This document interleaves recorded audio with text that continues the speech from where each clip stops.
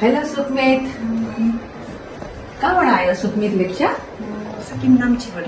नाम्चीबाट। बिहा भएर कति बছर भयो? 8 वर्ष। 8 वर्ष। तपाईको अहिले उमेर कति छ? एकदम राइट एज? 42।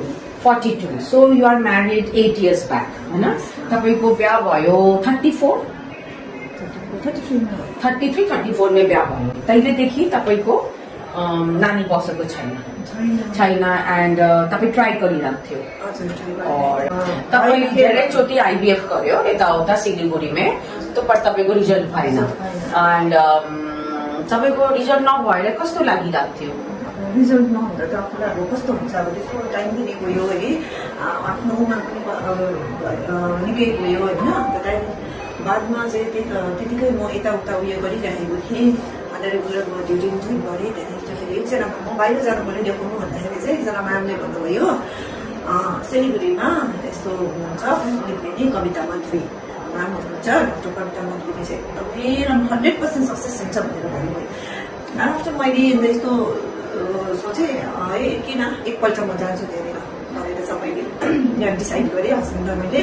त्यहाँदेखि चाहिँ म आएँ खोज्दै आफै आएँ यहाँनिर आएँ, त्यहाँबाट यहाँ देखाइदियो यो जग्गाबाट, त्यहाँदेखि यो जग्गामा छ भनेर चाहिँ भन्नुभयो। त्यहाँ आएर चाहिँ म्यामलाई भेटेँ, स्टार्ट गर्यो त्यही दिनदेखि। जुन दिन म त जुन सोध्नु मात्रै आएको थिएँ, अब मैले फर्दर मैले के चाहिँ गर्नुपर्ने भन्ने कुरा लिएर आएको थिएँ। तर म्यामले चाहिँ जुन दिन आएँ त्यही दिनदेखि चाहिँ स्टार्ट गरिदिनु भयो म्यामले ट्रिटमेन्ट।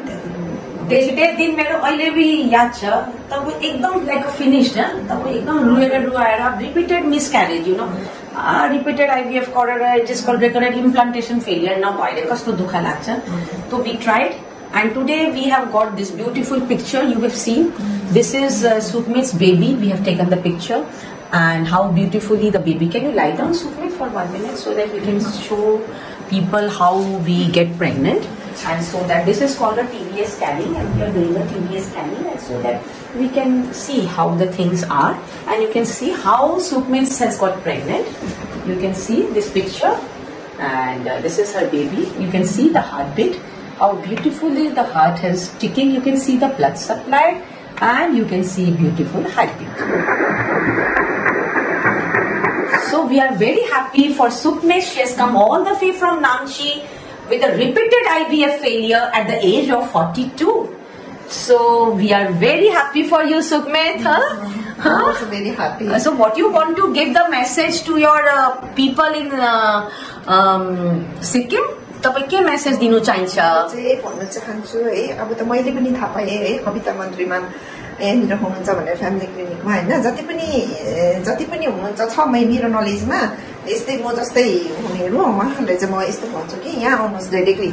म जतिजनालाई म भेट्छु उहाँहरूलाई चाहिँ म यही सजेसन दिन्छु, तपाईँ यहाँ आउनुहोस्, टाढो नजानुहोस् भनेर चाहिँ म यस्तै भन्छु सबैजनालाई। थ्याङ्क यू सो मच तपाईँलाई।